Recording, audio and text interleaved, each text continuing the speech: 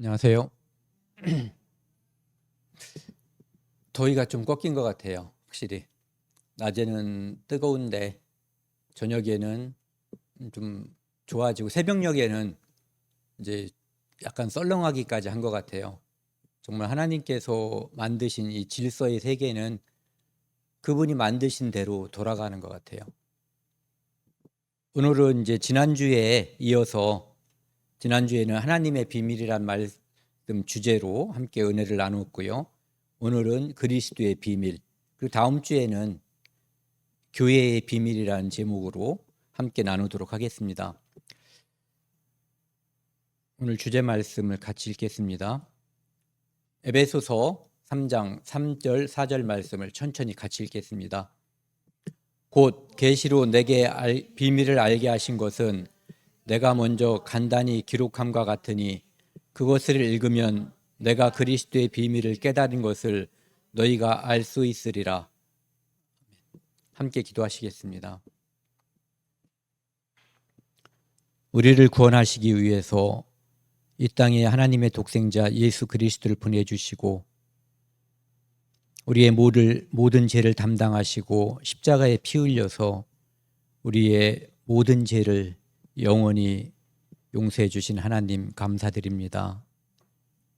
또한 저희가 하나님의 은혜로 말미암아 하나님의 몸된 이 교회에서 함께 교제하고 은혜를 나눌 수 있도록 허락해 주신 것을 감사드립니다. 오늘 주일을 맞아 하나님의 말씀을 함께 상고하는 시간입니다. 이 시간 처음부터 끝까지 함께 해주시고 이 자리에 육신의 이유와 또 거리의 이유로 참석하지 못한 성도들에게도 그 은혜를 함께 나눌 수 있도록 인도하여 주옵소서.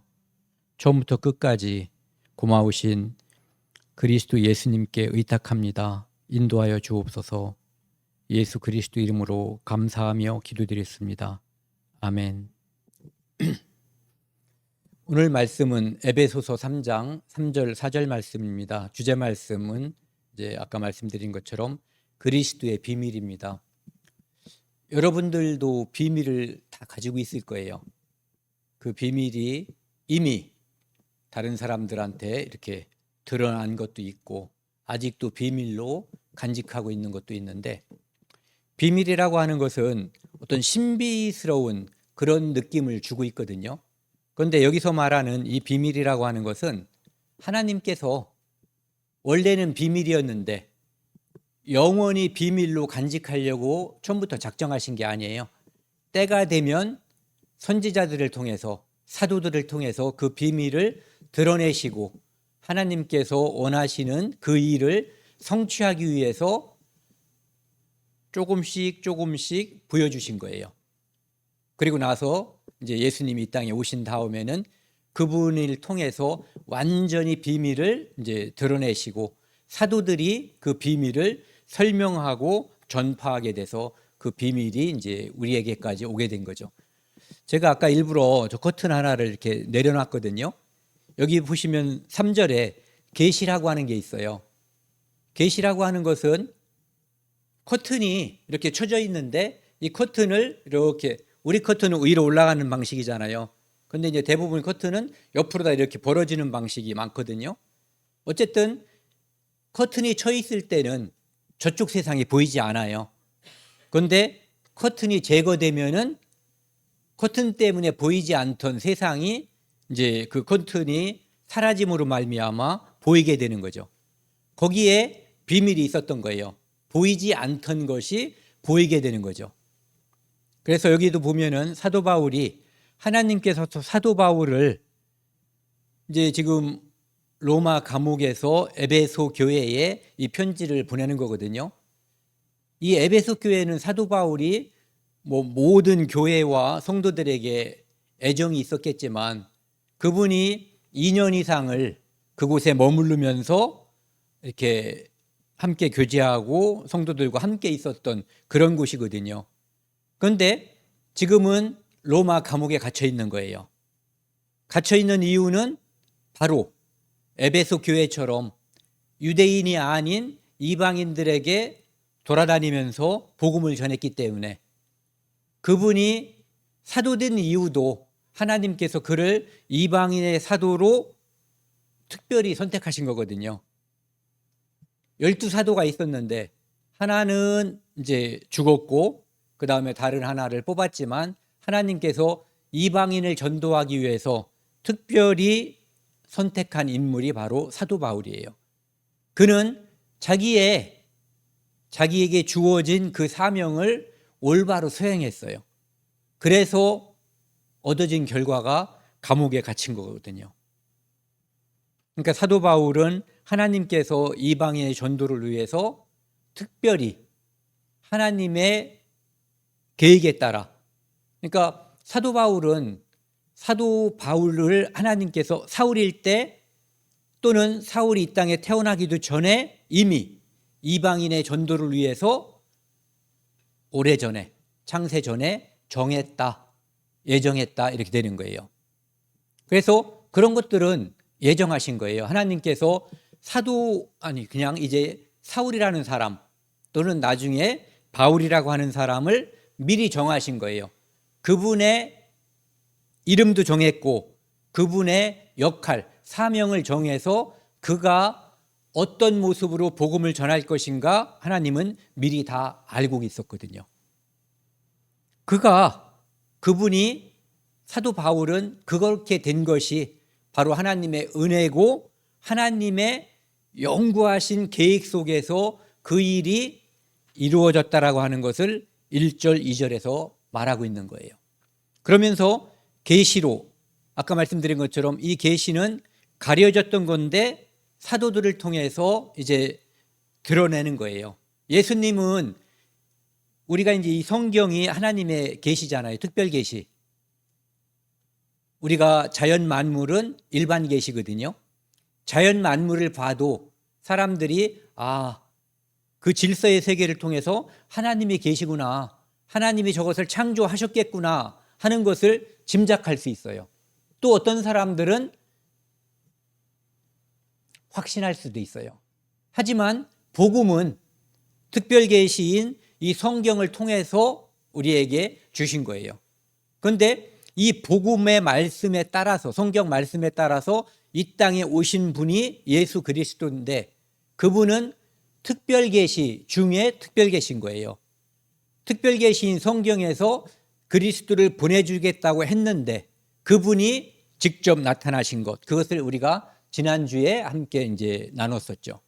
그러면은 그분은 이 땅에 왜 오셨는가? 이제 그래서 그분이 이 땅에 오셔서 이루어진 것, 변한 것이 무엇인가? 이런 것들에 대해서 이제 오늘 함께 나누도록 하겠습니다. 여기 보시면 계시로 내게 비밀을 알게 하신 것은, 가려졌던 것을 이제 알게 해주신 것은 내가 먼저 간단히 기록한 것 같으니, 사도 바울이 어떤 편지를 통해서 이렇게 한번 보냈던 것 같아요. 예전에 그것이 어떤 건지는 모르지만 분명히 예수 그리스도의 복음 이거에 대해서 한번 이제 기록했던 것이 있었던 거죠. 그것을 읽으면, 그러니까 이 에베소 교회 사람들은 그것을 충분히 다 이렇게 공유했을 것이다라고 사도 바울은 믿고 있는 거예요. 알고 있는 거죠. 무엇을 알 수 있냐면은 그리스도의 비밀을 깨달은 것을 너희가 알 수 있으리라. 누가? 사도 바울이. 사도 바울은 그리스도의 비밀을 깨달았고, 그리고 사도 바울은, 사도라는 칭호 자체가 하나님께서 예수 그리스도를 직접 만나고 예수 그리스도에게 직접 배운, 예수 그리스도가 직접 파송한 사람이라고 하는 것을 내포하고 있거든요. 그래서 그리스도의 비밀을 깨달은 것을 너희가 알 수 있으리라. 그러면은 이제 예수 그리스도의 비밀은 이 성경을 바라보는 사람들 또는 뭐 성경에 수없이 많은 비밀이 있거든요. 그런데 그것을 다 말씀드리기가 어렵기 때문에 저는 간단하게 예수 그리스도의 비밀에 대해서 몸된 교회, 예수 그리스도를 머리로 하고 이제 성도를 몸으로 하는 몸된 교회에 대해서, 그 다음에 원래 이 하나님의 은혜와 사랑은 누구를 통해서 전파되기 시작했어요? 유대인에게 오기 시작한 거예요. 그런데 그것이 이제 이방인에게 예수 그리스도가 이 땅에 오셔서 십자가에 죽으시고 부활하심으로 그 복음이 땅끝까지 전해짐으로 인해서 우리 같은 사람들, 유대인이 아닌 우리에게도 하나님의 자녀됨을 똑같이 차별 없이 누리게 해줬다고 하는 것. 그러니까 유대인과 이방인의 차별이 없이 교회라고 하는 공동체가 이루어질 것. 그것이 그리스도의 비밀 안에 속해져 있는 거죠. 예. 그리고 맨 마지막에 이제 결론을 맺는 방식으로 오늘 말씀을 함께 나누도록 하겠습니다. 에베소서 1장을 보시면은요, 1장 4절에서 6절 보면은 창세전의 택하심, 어떻게? 그리스도 안에서 예정론을 말하는 거예요. 예정론. 예정론이라고 하는 것은 이제 흔히 우리가 이제 장로교회에서 예정론은 어거스틴 그리고 켈빈의 교리를 따라서 창세전에 하나님께서 선택된 사람, 천국 갈 사람과 버릴 사람, 유기된 사람, 지옥 갈 사람을 미리 정하셨다라고 일반적으로 가르치고 있어요. 그런데 여기 한번 보시면은요, 오늘은 이제 읽어가면서 주로 이렇게 문맥을 따라서 같이 나누도록 하겠습니다. 곧 창세전의 그리스도 안에서 하나님이 우리를 택하셨는데, 우리라고 하는 것은 복수잖아요. 특정 개인이 아니라 우리라고 하는 복수, 또 다른 표현으로 하면 교회라고 말할 수가 있어요. 그리스도 안에서. 그런데 이 선택은 어디에서 이루어졌냐면은 그리스도라고 하는 분, 그분 안에서, 그를 믿는 믿음 안에서 선택된 거예요. 그리고 언제? 창세전에. 이 시점은 우리가 가늠할 수 없는 거예요. 왜냐하면은 우리는 지금 시간 안에 살고 있지만 이 시간을 하나님께서 만드시기 전에 이미 그것을 계획하셨다, 예정하셨다는 얘기예요. 우리로 사랑 안에서 그 앞에 거룩하고 흠이 없게 하시려고, 쉽게 말해서 그냥 우리를 구원하시려고 이렇게 봐도 되죠. 그 기쁘신 뜻대로 우리를 예정한 이유, 우리를 선택하고 우리를 예수 그리스도 안에서 구원받게 하신 이유가 뭐냐면은 그의 기쁘신 뜻대로, 그 하나님께서 그것이 하나님이 기쁜 거기 때문에 그 일을 하셨다는 거예요. 누구의 부탁을 받아서 한 것도 아니고 누구의 압박을 받아서 한 것도 아니고 그분이 스스로 기쁘신 뜻대로 이 일을 하셨다는 거예요. 우리를 예정했다. 어떻게? 예수 그리스도로 말미암아 자기의 아들들이 되게 하셨으니, 예수 그리스도를 통해서, 예수 그리스도로 말미암아 예수 그리스도 안에서 자기의 아들, 예수 그리스도가 하나님의 첫 아들이라고 그러잖아요. 독생자라고 얘기하잖아요. 그런데 우리도 예수 그리스도 안에서 하나님의, 여기는 아들들이라고 했지만 자녀가 되게, 우리는 이 땅에서는 남자와 여자가 있잖아요. 그러니까 자녀가 되게 해주셨다는 뜻이에요. 그 이야기를 다시 한번 말씀드리면 하나님께서는 창세 전에 이 땅에 하나님의 독생자 예수 그리스도를 보내주셔서 그가, 예수 그리스도께서 이 땅의 인류의 모든 죄를 대속하고 그 피를 믿는 자들을 구원하기로 예정하신 거예요. 네. 그래서 믿는 자는 예정 안으로 들어오는 거고 죽을 때까지 믿지 않는 자는 구원받지 못하는 거예요. 그렇기 때문에 구원받을 사람을 예정했고 지옥 갈 사람을 예정했다고 하는 것은 받아들이기 어려운 교리예요. 6절, 이는 그가 사랑하시는 자 안에서, 예수 안에서, 그리스도 안에서 우리에게 거저 주시는 바, 우리가 아이들한테 장난감을 사줄 때 아이들은 장난감을 하나 받으면 엄청 기뻐하죠. 애들은 공짜예요. 주인은 엄마 아버지한테 돈을 받고 아이는 공짜로 거저 받는 거예요. 네. 그러니까 희생한 분이 존재하는 거죠. 우리도 나의 희생이 없이 예수 그리스도의 희생으로 말미암아 우리가 거저 공짜로 구원을 얻었지만 그 구원이 공짜는 아닌 거예요. 어마어마한 그리스도의 희생과 사랑이 부어졌기 때문에 그 사랑과 희생으로 말미암아 우리가 구원을 받게 된 거죠. 그래서 그의 뒤에 보면은요, 그의 은혜의 영광을 찬송하게 하려는 것이라.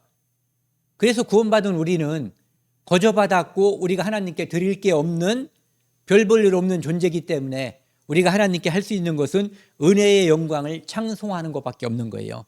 그래서 그분은, 하나님께서는 이것을 위해서 우리로 하여금 은혜의 영광을 찬송하게 하려는 목적으로 그리스도를 이 땅에 보내주시고 우리를 구원하신 거예요. 그러니까 여기에 우리의 노력은 전혀 포함되어 있지 않아요. 뿐만 아니라 누구는 선택받고 누구는 유기, 버림당했을 거라는 이론도 여기에 전혀 포함되어 있지 않아요. 믿으면 누구든지, 믿지 않으면 누구든지. 그러니까 믿는 모든 사람이 천국 갈 수 있고 믿지 않는 모든 사람은 지옥 가는 거예요. 어떤 개인이 정해져 있지 않다는 거죠. 에베소서 1장 7절 그 뒤에 보시면은요, 좀 전에는 이렇게 돼 있어요. 그 사랑하시는 자 안에서 이렇게 되어 있거든요. 그런데 이번에는 7절에 보면은 우리는 그리스도 안에서 이렇게 돼 있어요. 그리스도 안에서. 같은 뜻이죠. 사랑하시는 자 안에서 또는 그리스도 안에서 그의 은혜의 풍성함을 따라 우리가 구원받은 이유가 여기 나와 있는 거예요. 그분의 은혜가 대단했기 때문에. 이를테면은 죄를 10가지 지은 사람까지는 내가 용서하지만 11가지, 12가지, 100가지, 1000가지 이런 사람들은 용서할 수 없어. 이런 마음을 하나님께서 가졌다면, 그리스도께서 그것을 가졌다면 우리는 용서받지 못했을 거예요. 그런데 그 은혜의 풍성함, 은혜가 무한정 베풀어졌다는 거예요. 예. 그래서 믿기만 하면 또는 믿는 누구든지 구원에 이르게 되는 거예요. 그의 피로 말미암아 속량 곧 제사함을 받았느니라. 그런데 그 피로 인해서, 교회의 탄생은 예수 그리스도의 피로 인해서 그 피를 믿어서 제사함을 받은 사람들의 무리가 교회가 되는 거예요. 그러니까 그리스도의 비밀은 바로 교회를 말하는 거거든요. 그분이 이 땅에 오셔서 피 흘려 죽어서 우리의 죄를 용서하고 부활하지 않았다면 이 땅에 교회라고 하는 것은 존재할 수 없는 거예요. 그 얘기는 어떤 누구도 구원받을 수 없다는 것을 말씀하시는 거죠. 그러니까 오직 예수 그리스도, 오직 예수 그리스도의 피, 오직 은혜로 우리는 구원받는 거예요. 그러니까 다른 이름을, 사도행전 4장 12절 말씀처럼 다른 이름을 누구한테도 준 적이 없어요. 개인이 참선을 해서 하나님 앞에 갈 수가 없고 노력해서 갈 수 없고 예수 그리스도의 은혜를 포함해서 내 노력을 합쳐서 하나님께 나아갈 수 있는 사람도 없어요.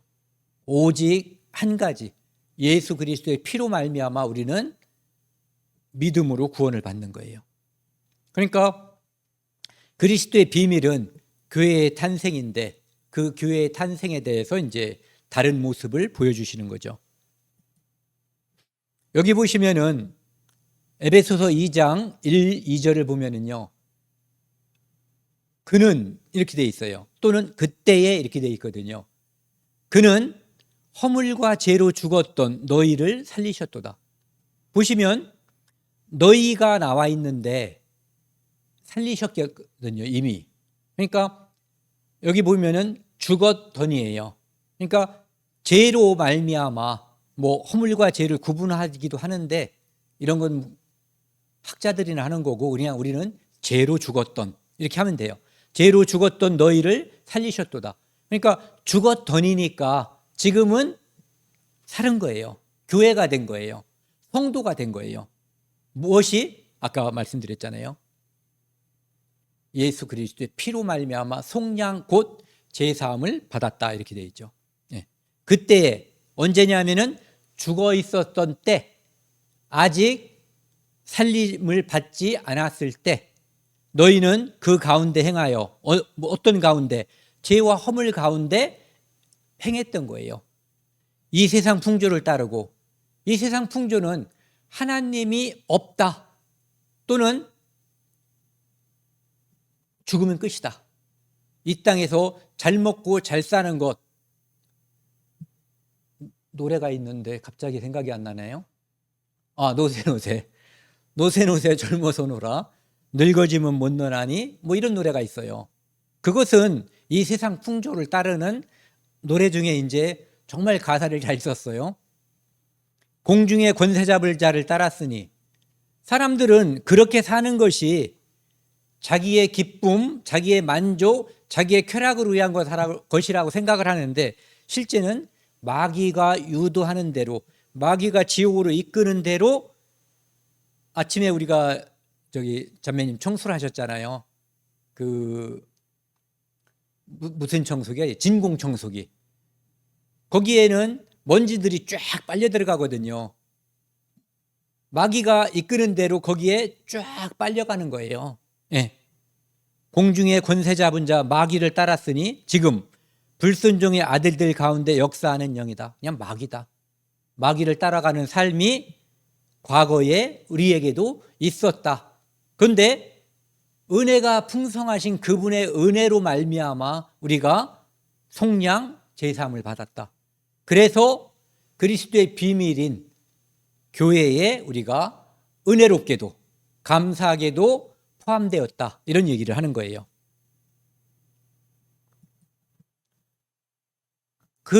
이제 좀 전에 말씀하고 계속 이어지는 말씀인데요.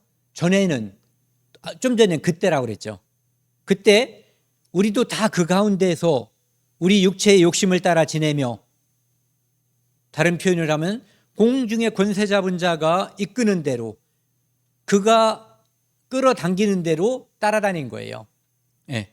육체와 마음에 원하는 것, 육체와 마음에 원하는 대로 살면 거기로 가는 거예요. 아래로, 지옥으로.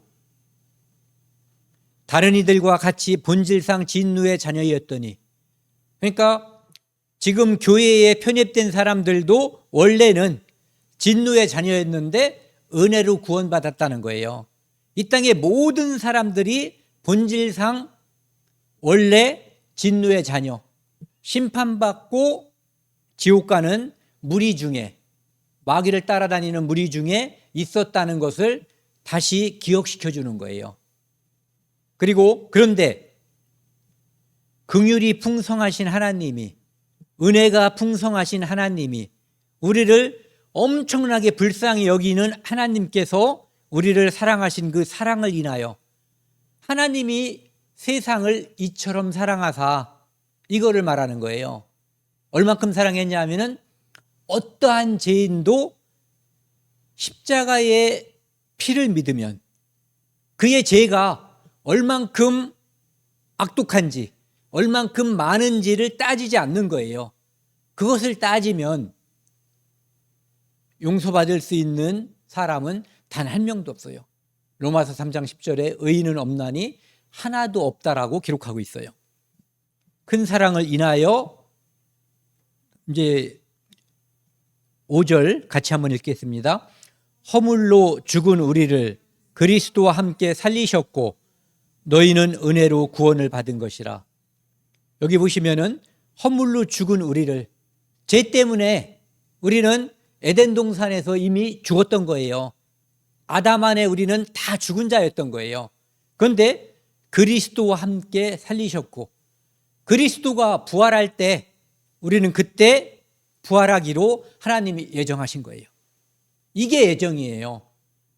그리스도 안에서 우리를 믿는 자는 하나님께서 선택하는, 이것이 하나님의 예정이 되는 거예요. 그래서 그리스도가 부활할 때 우리도 그때 부활하는 것으로 하나님께서 정하신 거예요. 그래서 너희는 은혜로 구원을 받은 것이라. 왜? 예수 그리스도가 우리 죄를 담당하시고 그분이 피 흘려 죽으시고 그분이 부활하시고 여기에 내가 무엇을 했는가가 아무것도 포함되어 있지 않잖아요. 예. 그래서 은혜로 구원을 받았다고 하는 거예요. 그 뒤에 보시면은요. 좀 전에는 이게 내려가질 않아가지고 여기 보시면 함께 살리셨고 돼 있잖아요. 그런데 여기 보시면 또 함께 일으키사 이 땅에서 예수 그리스도를 올리신 거예요. 어디로? 하나님 우편으로 올리시고 그리스도 예수 안에서 함께 하늘에 앉히시니 하나님의 보좌 우편에 앉히신 거예요. 그러니까 그리스도가 부활할 때 우리도 부활했고, 왜 했고라고 그러냐면은 이미 정해져 있는 거기 때문에 이것은 변할 수 없는 사실이에요. 그 다음에 함께 일으킬 때 그리스도께서 승천할 때 우리도 승천하는 걸로 이미 정해져 있는 거예요. 그리고 그리스도께서 그 보좌의 우편에 앉으실 때 우리도 거기에 앉게 되는 거예요. 지금은 미래처럼 말했는데 이것은 이미 정해져 있는 거예요. 세 가지가 다. 그러니까 그리스도와 함께 살리시고 부활시키시고 일으키시고 올리시고 승천시키시고 그리고 우편에 앉게 되실 것, 우리에게 어마어마한 영광을 주실 것이 이미 그리스도 안에서 정해져 버린 거예요. 이것도 예정이에요. 중간에 하나님이 그럼 너네들한테 이렇게 한번 해볼까? 이게 아니에요. 창세전에 예수 그리스도를 통해서 우리를 구원한다라고 하는, 믿음으로 구원한다라고 하는 그것을 작정하실 때, 예정하실 때 이미 여기 나와 있는 함께 살리시고 함께 일으키시고 함께 하늘에 하나님 보좌에 앉히실 것이 정해져 있는 거예요. 그 다음에 7절 같이 읽겠습니다. 이는 그리스도 예수 안에서 우리에게 자비하심으로써 그 은혜의 지극히 풍성함을 오는 세대에 나타나게 하심이라. 핵심은 그리스도 예수 안에서. 이것이 없으면 구원이 없는 거예요. 이것이 없으면 은혜가 없는 거예요. 이것이 없으면 우리에게 미래가 없는 거고 이것이 없으면 소망이 없는 거예요. 우리에게 자비하심으로써, 긍휼하심으로써, 사랑으로써 그 은혜의 지극히 풍성함, 정말 대단하잖아요. 재질을 따지지 않고, 어떠한 재질도 가짓수를 따지지 않고, 그래서 지극히 풍성한 거예요. 많은 사람의 재질과 나쁜 재질과 많은 사람의 죄의 가짓수가 있지만 우리 한 개인, 저 자신의 죄와 재질의 나쁨을 다 하나님 예수 그리스도의 보혈로 받아주신 거예요. 그리고 여러 세대에 나타나야 하심이라. 우리 십자가에서 그 시대 사람으로 끝내는 것이 아니라 오는 모든 세대, 그리고 앞으로 올 세대, 우리는 그때 미래 세대였지만 지금은 우리가 현재 세대고 앞으로 오는 세대에도 이 법칙, 이 예정은 변하지 않는다는 거죠. 왜? 하나님이 그렇게 정하셨기 때문에 예수 그리스도 안에서 구원을 정하신 거예요. 그 다음에 그 뒤에 보시면은요, 이 복음에 대해서, 그리스도의 비밀에 대해서 꾸준히 계속해서 설명하고 있어요. 너희는 그 은혜에 의하여 우리의 행동, 우리의 공로, 우리의 사랑, 이것이 아니라 은혜에 의하여 믿음으로 말미암아 구원을 받았나니, 하나님이 은혜가 있고 그것을, 그 피를 믿음으로 말미암아 구원을 받았다, 이런 얘기죠.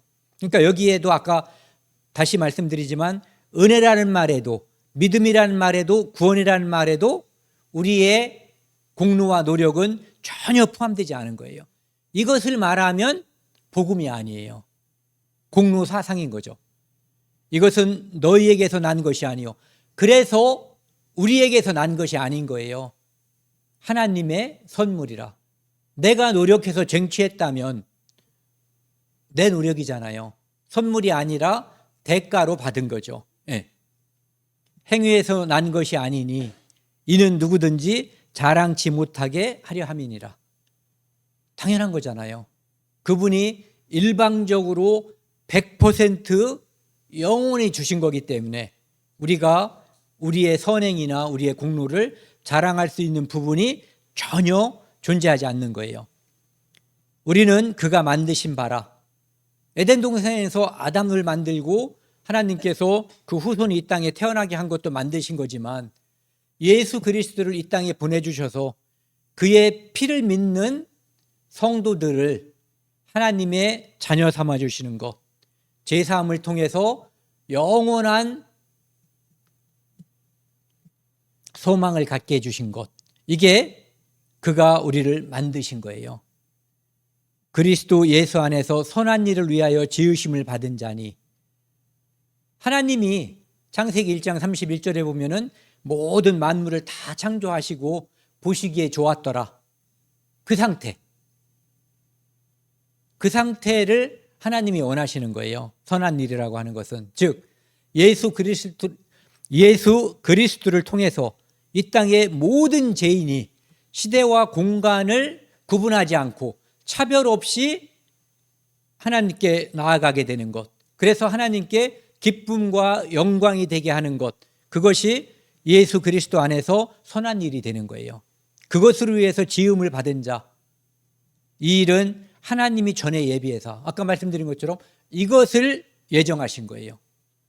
거기에 개똥이가 포함되어 있는지 새똥이가 포함되어 있는지 구분하지 않으셨어요. 믿으면 개똥이도 새똥이도 말똥이도 다 들어가는 거예요.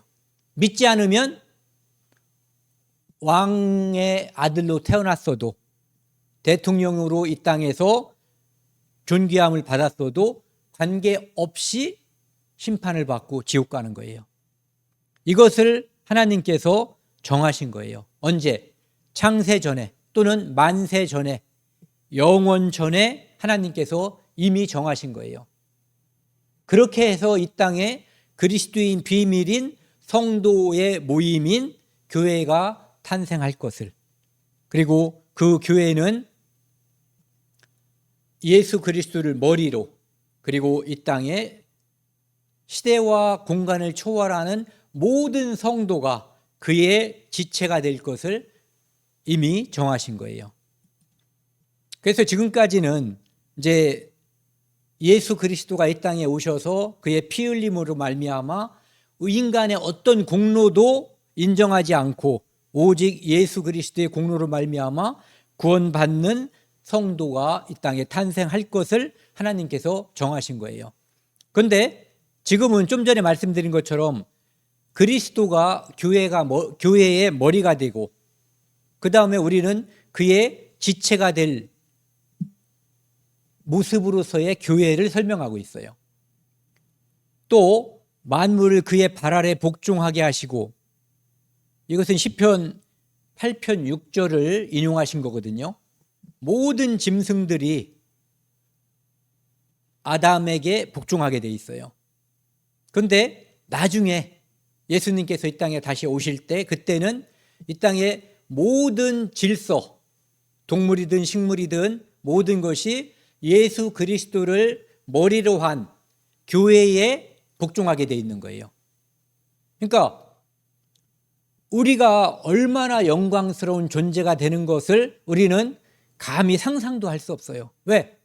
이 땅에서 왕 중에 솔로몬, 알렉산더, 대단한 왕들, 나폴레옹, 어떤 왕도 이 땅의 모든 질서가 그의 앞에 무릎을 꿇는 그런 일은 없었어요. 그런데 예수 그리스도를 머리로 한 이 교회에게 모든 이 땅의 하나님의 피조물은 다 그 발 아래 있게 되고 그 질서 아래 순종하고 복종하게 되는 일이 나중에 벌어질 거예요. 그래서 그를 만물 위에 교회의 머리로 삼으셨느니라. 하나님께서 이것을 예정하신 거예요.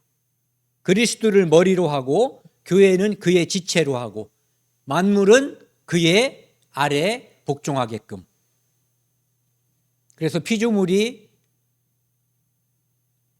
예수 그리스도께서 이 땅에 오실 날을 고대한다라고 말씀하는 거예요. 우리도 고대하지만 그들도 고대해요. 왜? 창조 질서대로 처음에 그대로 영광스러운 그 모습으로 복귀하는, 회복되는 그날이 올 것이기 때문에요. 사자가 양이나, 원래는 사자가 양을 잡아먹잖아요, 지금은요. 근데 이것은 원래는 그게 아니었거든요. 그래서 독사굴에 아이가 손을 넣어도 해함이 없는 세상, 그런 세상으로 나중에 하나님이 회복시켜 주는 거예요. 에덴 동산처럼. 언어도 하나로 회복될 거예요, 틀림없이. 그때는 에덴 동산에서 뱀과 사람이 대화를 했잖아요. 그리고 23절은 같이 읽겠습니다. 교회는 그의 몸이니 만물 안에서 만물을 충만하게 하시는 이의 충만함이니라. 제가 자주 말씀드리는 것 중에 하나가, 우리는 이 땅에서 부족함이 있어요. 몸도 불편하고 아프고, 아까 어지럽다는 말씀을 하셨잖아요. 그런 것들 또는 심각한 우리 이 보이지 않는 내장 속에 뭔가가 생겨서 우리를 생명을 단축할 수도 있고 불편하게 할 수도 있고 고통스럽게 할 수도 있어요. 그런데 그래서 이 땅에서 우리는 충만하지 않고 만족하지 않거든요. 그런데 그때는 교회는 그의 몸이니 만물 안에서 만물을 충만하게 하시는 이의 충만함이리라. 이것이 지금 이루어져 가고 있고 완성이 되는 순간 완전해지는 거예요. 우리가 이제 흔히 영화라고 하잖아요. 예수 그리스도께서 공중에 오실 때, 그때 그분은 머리가 되시고 우리는 그의 지체로서 하나로 붙어버릴 거예요. 지금은 성령이 우리와 함께 하시지만 그때는 예수님과 함께 영원히 함께 하는 거예요. 제가 그런 질문을 받은 적이 있어요. 영원히 함께 한다는 건 얼만큼이에요? 모른다 그랬어요. 그냥 영원하다고. 그 개념을 설명할 수 있는 사람은 없어요. 우리는 영혼을 모르는 존재거든요. 시간상으로나 공간상으로 우리는 한정된 곳에서만 살고, 그리고 이 땅에 떠날 때까지 우리는 한정된 곳에서 영혼을 맛보지 못하고 사는 거예요.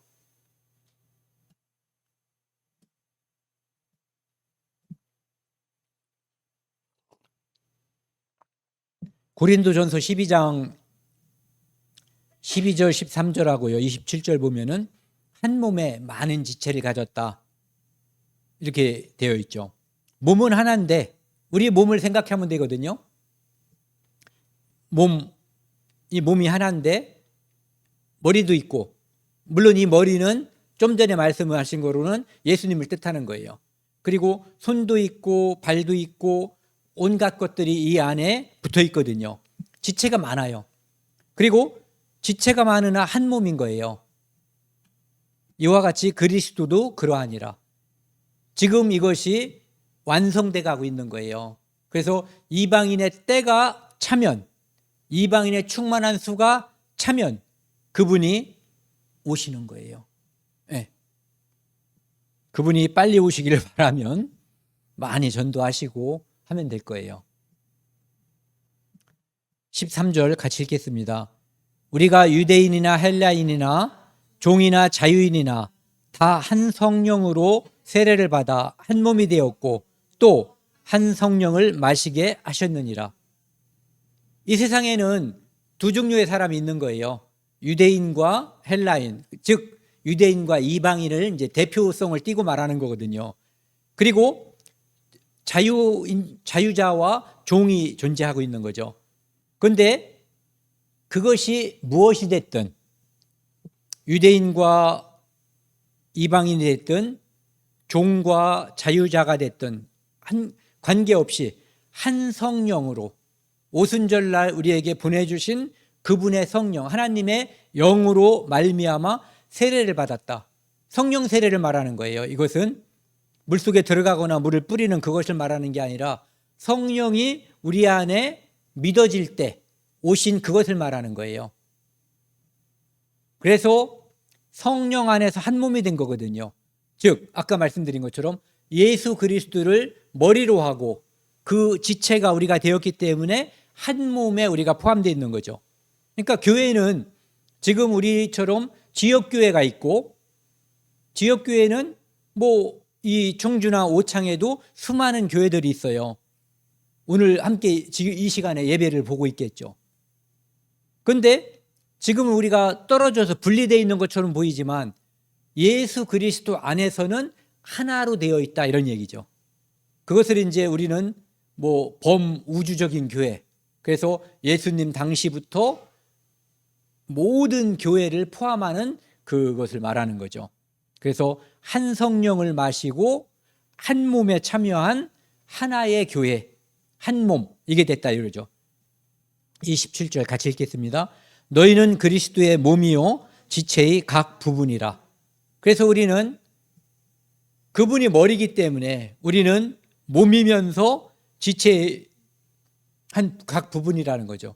손일 수도 있고 손가락일 수도 있고 어떤 마디일 수도 있는 거예요. 어쨌든 유기체로서 우리는 그리스도 안에, 교회 안에 붙어 있다. 이게 포도나무의 비유가 이런 거예요.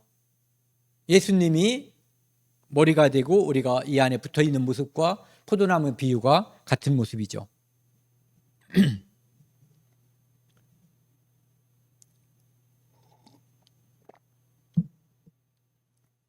이제, 옛날에 어떤 시대가 있었고 또 이제라는 시대가 있는 거예요. 그의 거룩한 사도들과 선지자들에게 성령으로 나타나신 것 같이 예수님은 성령을 통해서 12사도와 바울을 통해서, 또 그 당시에는 이 성경책이 완성되지 않았기 때문에 선지자들이 있었어요. 신약시대에도.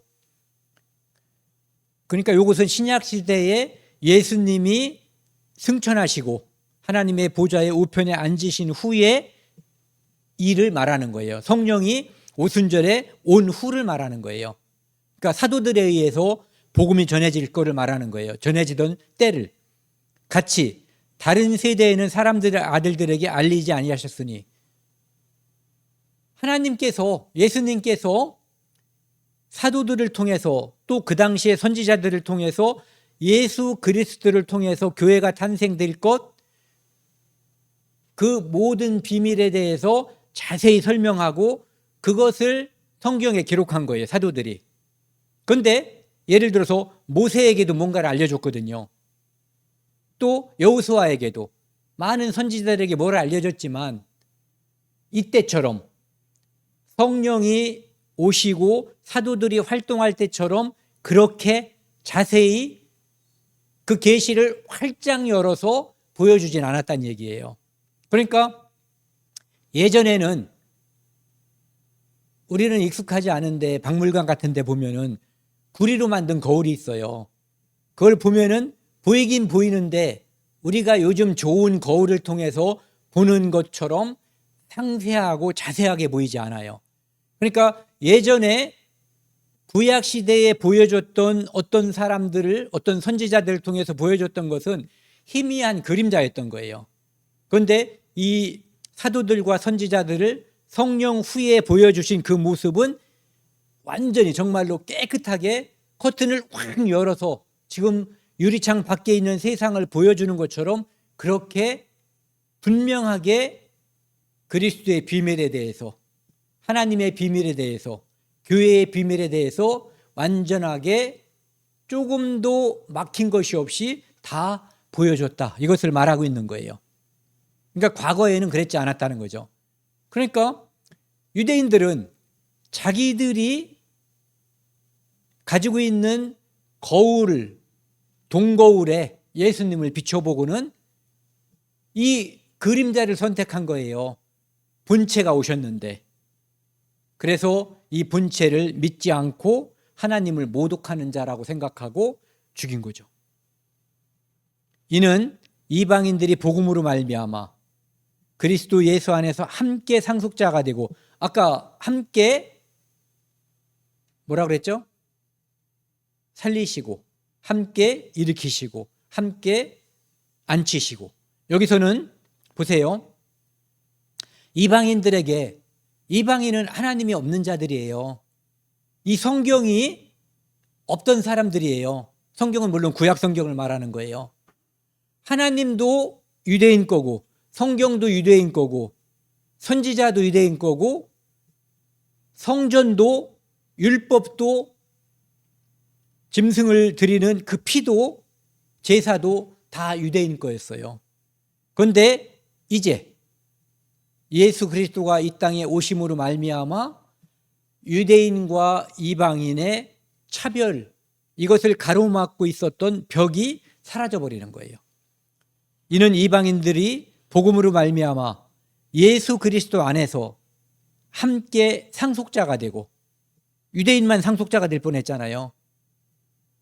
아브라함의 후손이 하나님의 복을 받는다고 했는데, 그 복 속에는 유대인들이 하나님 말씀에 순종할 때 얻는 복이 포함되어 있지만, 실제로로 가장 중요한 것은 그 아브라함과 다윗의 후손으로 오시는 예수 그리스도를 통해서 얻게 되는 만방에 퍼지는 그 복을 가장 중요하게 생각을 하는 거죠. 그래서 상속자가 되고 함께 지체가 되고, 아까 한 몸일 때 지체를 말하는 거예요. 약속에 참여하는 자, 함께 약속에 참여하는 자가 되는 거예요. 그러니까 우리에게 주신 이 은혜가 얼마나 크고 영광스러운가를 생각해 볼 수 있다는 거죠. 유대인들은 예수님 시대에 예수님도 자녀에게 줄 떡을 개에게 줌이 마땅치 않다라고 말씀하셨어요. 예수님 입에서 나온 말씀이에요. 그러니 다른 유대인들은 우리를 뭘로 봤냐면 개로 봤어요. 개들이 나를 에워쌌나이다. 시편에도 그렇게 표현했거든요. 이방인을 개로 생각을 했었던 거죠. 그 다음에 그러니까 여기 보시면 그때 육체로는 이방인이요, 아브라함의 후손이 아니란 뜻이에요. 손으로는 육체에 행한 할례를 받은 무리라 칭하는 자들로부터, 유대인들로부터 할례 받지 않은 자, 무할례자라고 칭함을 받는 사람들이었다는 거예요. 그러니까 유대인이 아니었다는 거죠. 그때의 너희는 그리스도 밖에 있었고, 당연하죠. 하나님 밖에 있었는데 하나님 안에 있었던 유대인들도 그리스도 밖에 있었단 말이에요. 그러니까 우리는 말할 거 없는 거죠. 이스라엘 나라 밖의 사람이요, 비유대인이요, 약속의 언약들에 대해는 애인이요. 실제로 하나님은 우리도 사실은 포함시켰는데 유대인들이 볼 때는 자기들만 그 왕국에 포함됐다라고 생각하고 살았던 거예요. 그래서 세상에서 소망도 없고, 아니 세상에만 소망을 가진 자였던 거죠. 왕국과 하나님 나라에는 소망이 없던 사람들, 하나님도 없던 자이더니, 이방인이었더니, 이제는 13절은 같이 읽겠습니다. 그때 하고 이제는 하고 구별이 되는 거예요. 이제는 전에 멀리 있던 너희가 그리스도 예수 안에서 그리스도의 피로 가까워졌느니라. 예수님의 피로 우리가 하나님과 가까워진 거예요. 오직 예수님의 피로 하나님의 자녀가 된 거예요. 이것이 바로 좀 전에는 예수 그리스도를 통해서 하나의 몸이 되는 것, 이제는 예수 그리스도를 통해서 막힌 담이 허물어지고 이방인에게도 우리에게도 복음이 전해져서 우리가 하나님의 자녀가 되는 것을 설명하고 있어요. 여기 보시면은 십자가로 하나가 됐다 이렇게 돼 있는데, 이것은 십자가로 하나가 됐다는 얘기는 유대인과 이방인이 구분이 없이 하나가 된 것을 말하는 거예요. 그는 우리의 화평이신지라. 이분을 통해서 우리에게 제사함으로 말미암은 구원, 그래서 우리에게 평안이 온 거예요. 샬롬이 드디어 우리에게 성취가 된 거예요. 둘로 하나를 만드사 이방인과 유대인은 함께할 수 없는 존재였어요. 그런데 원수된 것 곧 공간에 막힌 담을 하시고, 요거 그림을 한번 보시고요. 성전을 보시면은 여기가 이방인의 뜰이고 요 안에가 유대인들이 들어갈 수 있는 곳이에요. 그러니까 이방인은 여기 들어가면 안 돼요. 그래서 여기 표지판도 있었다고 그래요. 이방인은 이 이상, 쉽게 말해서 요 벽을, 요 담을 통과해서는 안 된다. 통과하면 죽여버리는 거예요. 그런데 예수 그리스도로 말미암아 이 벽이 허물어진 거예요. 그것은 십자가에서 예수 그리스도의 피로 말미암아 휘장이 찢어진 것과 동일한 표현이죠. 그래서 여기 보시면은 율법을 폐하셨으니, 율법을 폐한다고 안 했는데 왜 폐했다고 말을 하냐 하면은 율법으로 할 수 없는 그것을 율법으로 완성시키셨기 때문에 말씀하시는 거예요. 이 둘로 자기 안에서 한 새 사람이 되어 화평하게 하시고 신인류가 탄생한 거예요. 새로운 종자. 이 땅에 유대인과 헬라인, 유대인과 이방인이 있었는데 이것이 예수 그리스도의 십자가 안에서 하나로 합쳐져서 신인류, 어떤 교회라고 하는 새로운 인류가 탄생한 거예요. 시대와 공간, 민족, 색깔, 남녀, 노소 아무런 구분이 없는 오직 예수 그리스도의 십자가의 피를 공유한, 그것을 믿는 하나의 공동체, 이것이 탄생하게 된 거예요. 그래서 십자가로 이 둘이 하나가 되고 하나님과 에덴 동산에서 불화하게 됐던 그 일이 화목하게 된 거예요. 그래서 원수된 것을 십자가로 소멸하시고 먼 데 있는 이방인에게 평안을 전하시고 가까이 있는 유대인에게도 평안을 전하셨으니 이는 그로 말미암아 이 우리 둘이, 유대인과 이방인이 성령 안에서, 십자가 안에서, 예수 그리스도의 피 안에서 아버지께 나아가는, 즉 하나님의 자녀가 됐다는 거예요. 그래서 여기 보시면은 이제는, 그때가 나왔잖아요 아까. 그런데 이제는 너희는 이방인이었다가 교회에 편입된 사람을 말하는 거예요. 이제는 애인도 아니고 나그네도 아니고 오직 성도들과 동일한 시민이요 하나님의 권속, 하나님의 가족이 된 거예요. 우리가. 이것이 이방인인 우리가 하나님의 자녀 권속이 된 것, 하나님을 아버지라고 부를 수 있게 된 것, 이것이 그리스도의 비밀이에요. 하나님의 비밀인 그리스도, 그리스도의 비밀인 교회, 우리가 교회에 편입됨으로 말미암아 이제는 하나님이 볼 때 하나님의 권속이 됐고, 유대인들은 우리를 과거에 애인이라고, 이방인이라고 했는데 이제는 그게 아니라 예수 그리스도 안에서 하나가 됐다는 거예요. 교회라고 하는 신인류가 탄생한 거예요. 그리고 그것을 사도들이 전하게 됐고, 여기 보면은 예수님께서 모퉁이 돌이 됐다고 그러거든요. 이걸 한번 생각해 보자고요. 여기가 모퉁이에요. 이쪽 벽이, 건물을 지을 때 이쪽 벽이 쭉 나가고 이쪽 벽이 쭉 와서 여기가 되는 거거든요. 그래서 이 벽을 통해서, 요 모퉁이를 통해서 성도와 성도가 만나는 거예요. 왜? 아까 지체는 건물로 따진다면 이런 모습인 거거든요. 네. 그래서 여기 이렇게 표현하고 있죠. 그의 안에서, 예수님 안에서 건물마다 서로 연결하여 모퉁이 돌을 통해서 서로 연결되는 거예요. 저 모서리에서 연결되는 거죠. 그래서 주 안에서 성전이 지어가고, 성전은 하나님이 계신 곳. 그러니까 예전에는 예루살렘에 성전이 있었지만 지금은 그리스도인 우리가 성전이거든요. 그래서 우리가 건물을 짓는 것처럼 이 교회가 완성돼가는 모습을 건물로 표현한 거죠. 좀 전에는 뭘로 표현했냐면은 우리 육체로 표현한 거예요. 몸으로.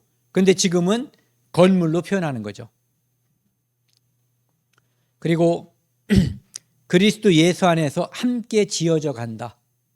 그래서 언젠가 이것이 완성되면, 우린 지금 어디까지 지어졌는지, 얼만큼 지어졌는지 몰라요.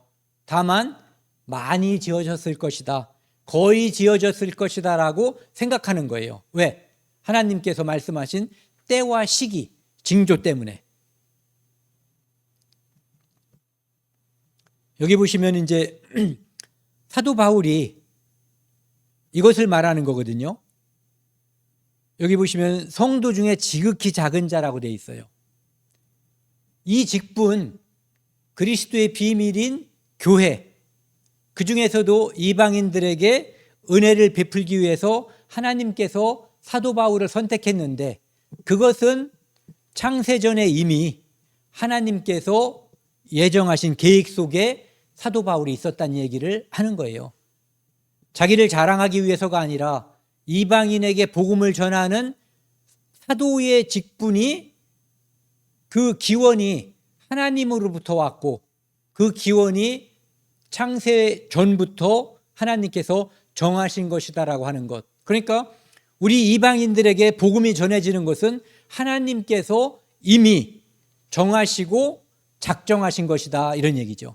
그 도구로 사도 바울을 선택했음을 성경에서는 말씀하시는 거예요. 그래서 나에게 이 은혜를 주신 것은 측량할 수 없는 그리스도의 풍성함을 이방인에게 전하게 하시고, 복음을 받은 사람들, 교회를 탄압하던 자기를 하나님의 도구로 선택하신 하나님, 그리고 이방인, 하나님을 모르고 제 멋대로 살던, 세상의 풍속을 쫓던 사람들에게 은혜를 주시는 하나님, 그 풍성함이 이방인에게도 그대로 전해진다는 그런 걸 말씀하시는 거거든요. 영원부터 만물을 창조하신 하나님 속에 감추어졌던 비밀의 경륜이 어떠한 것을 드러내게 하려 함이라. 아까 말씀드린 것처럼 처음에 말씀드린 거예요. 하나님은 이미 정하셨고 커튼을 열어서 사도들을 통해서, 말씀을 통해서 우리에게 그대로 보여주셨고, 그것이 우리 마음속에 박힌 것, 그것이 복음이고, 그래서 탄생한 것이 교회가 되는 거예요. 그래서 이제 10절 같이 읽겠습니다. 교회라는 표현을 이제 직접 하는 거예요. 이는 이제 교회로 말미암아 하늘에 있는 통치자들과 권세들에게 하나님의 각종 지혜를 알게 하려 하심이니, 같이 계속 읽겠습니다. 곧 영원부터 우리 주 그리스도 예수 안에서 예정하신 뜻대로 하신 것이라. 구약에서는 천사들을 통해서 하나님의 비밀, 하나님의 계시가 선지자들에게 임했어요. 그런데 이제는 교회를 통해서 통치자들, 권세들에게 하나님의 각종 지혜가 천사들에게 전달된다는 거예요. 천사들도 알아보기를 바라는, 흠모하는, 그것이 바로 교회거든요. 지금은 교회가 천사보다 낮은 위치에 있는 거예요. 영광이나 역할, 사명이라고 볼 수는 없고, 영광이나 어떤 지금의 역할을 볼 때. 그런데 때가 되면 그들은 부리는 영이고 우리는 그리스도의 지체예요. 아까 말씀드린 것처럼 함께 살리셨고, 함께 일으키시고, 함께 앉히신 그리스도와 함께 이 영광을 우리가 다 차지하는 거거든요. 천사하고는 비교할 수가 없는 거예요. 예. 그래서 영원 전에, 창세전에 이것이 결정된 거예요. 함께 살리시고, 함께 일으키시고, 함께 앉히시는. 그러니 영원 전부터 우리 주 그리스도 안에서 예정하신 뜻대로 하신 것이라. 그때 정하신 것이라는 거예요. 그때 정해진 거라는 거. 그리고 오늘 준비한 마지막 말씀입니다. 마태복음 20장 28절인데요. 교회의 비밀을, 저는 이것을 꼭 말씀드리고 싶었어요. 뭐냐면은 섬기는 자가 높아지는 것, 낮아지는 자가 높아지는 게 교회라고 하는 거죠. 이 누가복음에도 보면 예수님께서 무릇 자기를 높이는 자는 낮아지고 낮추는 자는 높아진다고. 빌립보서 2장 6절에서 8절에 보면은 예수님이 원래는 하나님의 본체신데 지극히 낮아져서 이 땅에 오셔서 십자가에 못 박혀서 죽으심을 표현하고 있어요. 그렇기 때문에 예수님도 이 땅에 오셨을 때 가장 낮아졌고 죄인의 모든 죄를 대신하셨고 그것을 담당하신 거예요. 더 낮아지신 거죠. 이 땅에 오신 것보다. 그래서 우리도 예수님께서 말씀하신 섬김을 받으려 함이 아니라 도리어 섬기려 하고 자기의 목숨을 많은 사람의 대속물로 주려 함이라. 교회의 비밀도 바로 여기에 있는 거거든요. 교회 안에서 지체는 서로가 낮아지고 남을 높이는 데 있는 거예요. 그러면 하나님께서 높여주는 분은 하나님이시지 내가 높아지려고 하면은 낮아지는 거예요. 저쪽에 앉을 사람이 여기 가운데 와서 앉아 있다가 너 저기 가서 앉아. 이 표현이 있잖아요. 네. 교회는 그런 곳이거든요. 그래서 우리도 남을 섬기고 낮아질 때 높여주시는 분은 하나님이시고 그리고 교회의 비밀은 거기에 있다라고 하는 것을 마지막으로 말씀드립니다. 함께 기도하시겠습니다. 하나님 아버지 감사합니다. 오늘 그리스도의 비밀 교회에 대해서 함께 나누었습니다. 이 땅에서 우리는 죄인이고 형편없는 자였지만 하나님께서 우리를 귀히 여겨주시고 우리를 예수 그리스도와 같은 존재로 시간을 통해 변화시켜 줄 것을 믿고 살고 있습니다. 감사드립니다. 몸이 불편해서 아직 하나님 말씀 안에서 걱정하는 우리 성도들이 있습니다. 하나님께서 그 불편함을 치유시켜 주시고 교회 안에서 함께 교제할 수 있도록 도와주십시오. 또한 우리 사랑하는 부모님들, 아직 구원함을 받지 못한 부모님들이 많이 있습니다. 그 마음을 열어주시고 그리스도 예수를 구세주임을 믿도록 인도하여 주옵소서. 이 모든 말씀 우리를 사랑하시는 예수 그리스도 이름으로 감사하며 기도드렸습니다. 아멘.